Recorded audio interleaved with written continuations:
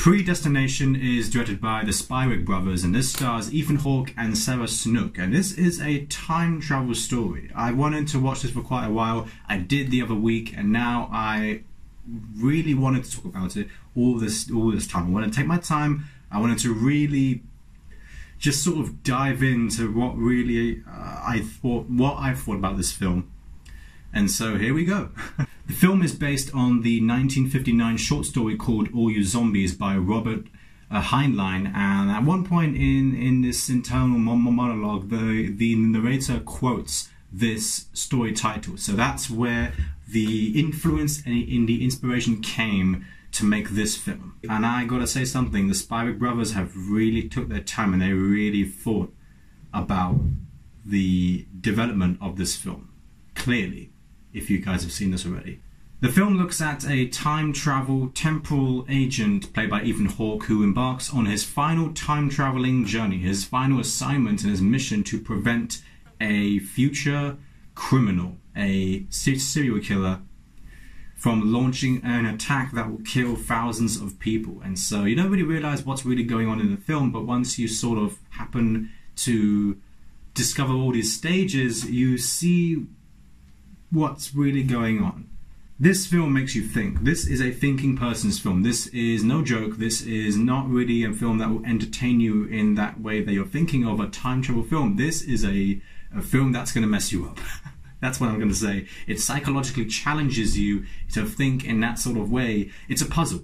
It's a puzzle. It is a very challenging and a very entertaining way of looking at a film. If you've seen films like Arrival, many of Denis Villeneuve's films, many of Nolan's films like Inception, you're going to really appreciate this one as well. This is a time traveling way, and so I happen to just love this genre and this way of making films. You don't really see this anymore. You see a lot of conventional ways of making films, not like this. This is a film that after you finish it, and if you understand what actually happened and really got all these references and got all these clues correct, you think of it as a great achievement, really. And so when I watched this film with my friend, I just spent the next hour or so trying to figure out what actually happened, trying to figure out what actually linked to what linked where it makes you think in the best way possible. The paradox pretty much occurs when a time traveler is caught in a loop of events that pretty much changes him or her to travel back in time. It really does have a message that suggests that those people who travel back in time would have no way of changing a situation. Things are inevitable to happen, and that's something that is a major theme in many time travel films, but this film does it in a way that is very different. I've always appreciated Ethan Hawke as an actor. I've loved him in Training Day, I've loved him in The Magnificent Seven. He is great in many of Antoine Fuqua's films. This one as well, he just shines, and his presence in the film is very, very much felt. I'd never seen Sarah Snook in any film at all. I never really heard of her. I don't really watch a lot of TV, which I can guess that she is on quite a lot. But in this film, she surprised the hell out of me because I just wasn't expecting that sort of performance at all. This is a very mysterious, suspenseful, sci-fi, fantasy, time travel film all into one, and it does it in a way that it keeps you there. It makes sure to keep you on the edge of your seat. I think one of Ethan Hawke's great strengths as an actor is his willingness to jump between art house films to blockbuster films to even B-movie genre films.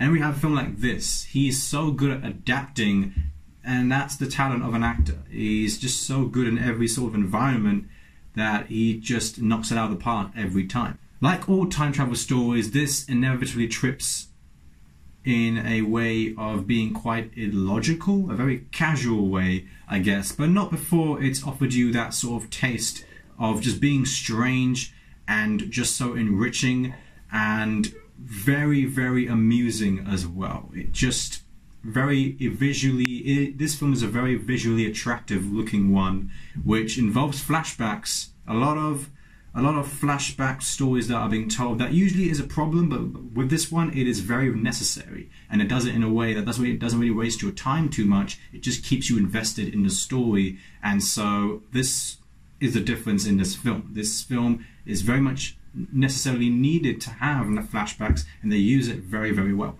Not only is it effective, but it's a funny one as well. It has a twisted tale which demands you to pay close attention to every little detail to make sure you don't miss anything throughout the film. That's the thing. You have to really much pay attention at all times. It's one of those sci-fi films that perfectly exemplifies everything that confuses and fascinates you about time travel, pretty much. It's both brilliantly cerebral, it is a mind-boggling complex narrative which may have some pacing issues here and there, but the movie tightly tells that complex story in 90 minutes. Among the many impressive aspects of the film, the storytelling is probably the most impressive of them all. It feels equally part of Nolan, a very Stanley Kubrick style as well, with a bit of David Lynch and a bit of Fincher vibe mixed in as well. It's weird, it's interesting, it's so invigorating as well, all into one. It is extremely fascinating, and I just gotta say it's definitely one of the sci-fi's best on the last decade. Predestination is one of them. Yes, it's a 90-minute film. Will it seem a little bit off sometimes? Yes. But at the same time, you have to stay put. With a film like this, you have to trust. You can't just see a scene, you can't just watch a scene and just take back from it and just sort of dislike it originally or just immediately. You have to take a sit back, relax, and have trust in the film, because everything does eventually make sense near the end, and that's when you realize it, and that's what happened to me. I thought that this would be a flaw. I thought this would be some sort of negative impact on the film, but it wasn't in the end. Predestination is a compelling time travel watch, and it is a must-see for fans who really do enjoy that intelligent sci-fi genre in a very alternative way. I'm going to give Predestination an A-. Thank you so much for watching. If you have seen the film already, please give me your thoughts down below. What do you guys think about it? Thank you for watching, and I will see you very soon.